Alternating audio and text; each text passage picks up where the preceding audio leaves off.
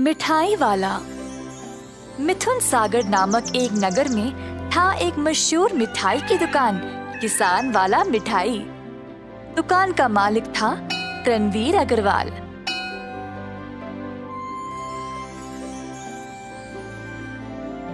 रणवीर अपने बेटे केतन से बहुत प्यार करता था।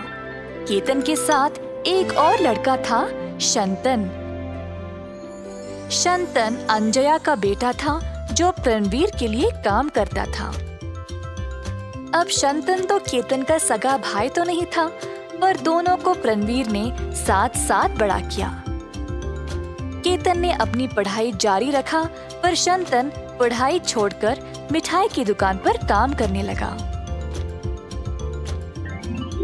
कुछ महीनों बाद केतन ने भी पढ़ाई छोड़ दी, क्योंकि वह अच्छे से पढ़ाई नहीं कर पाया। शंतन दुकान में ही काम कर रहा था और केतन ने बाकी पाठ्यक्रमों में जमा हो गया, जैसे कि मुक्केबाजी, घुड़सवारी, कराटे और बहुत कुछ।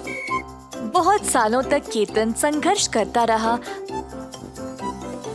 पर वह हर किसी में असफल रहा। इसी प्रकार कई साल गुजर गए और केतन किसी भी चीज में सफलता नहीं प्राप्त की। दूसरी ओर शंतन दुकान में काम करके स्वादिष्ट मिठाई बनाना सीख लिया। उसने बहुत मिठाई बेचा और किसान वाला मिठाई को और भी मशहूर बना दिया। उसकी जिम्मेदारियां भी बढ़ गई और उसने दुकान की अच्छी देखभाल की। रणवीर ने दोनों लड़कों को ध्यान से देखा और फिर एक दिन केतन को अपने पास बुलाया। केतन, तुमने 12 साल बिताए कई पाठ्यक्रमों को सीखने में, पर तुमने कुछ नहीं सीखा। कम से कम दुकान के कैश काउंटर को जाकर संभालो, कुछ ना कुछ तो वहाँ सीख जाओगे। ये सुनकर केतन बहुत खुश हो गया। उसको ऐसा लगा जैसे पूरी दुकान उसी की है और हर एक जिम्मेदारी भी उसी की। अगले दिन केतन दुकान पर गया। अपने आप को कुछ ज्यादा ही महान समझकर दुकान पर उसने देखा कि शंतन सब कुछ बहुत अच्छे से संभाल रहा था।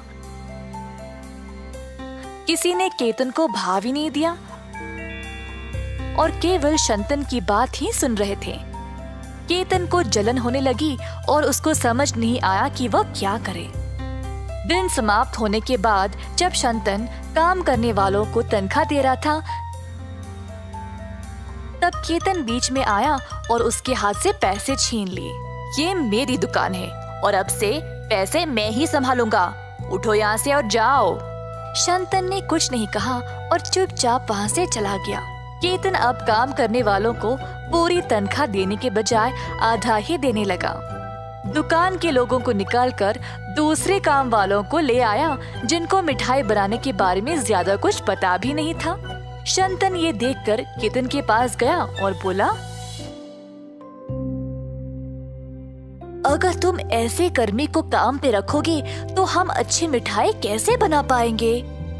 मुझे पता है मैं क्या कर रहा हूँ। अगर तुमको पसंद नहीं तो तुम इस दुकान को छोड़कर जा सकते हो। ये सुनकर शंतन दुकान जाना बंद कर दिया। जब रणवीर ने शंतन को घर पर ही देखा तो वह हैरान रह गया। रणवीर जानना चाहता था कि हुआ क्या, पर शंतन उसको कुछ नहीं बोल रहा था। अंत में रणवीर को पता चल ही गया कि उसकी दुकान पर हो क्या रहा था। रणवीर ने देखा कि उसका बेटा गलत रास्ते पर जा रहा था। सब लोग उसके बारे में बुरा बात कर रहे थे और रणवीर को ये बात अच्छी नहीं लगी। एक दिन रणवीर ने दोनों लड़कों को अपने पास बुलाया। रणवीर ने लड़कों से पूछा कि क्या हो रहा है। शंतन ने अपनी बात बोली, पर केतन अपनी गलती मान ही नहीं रहा था।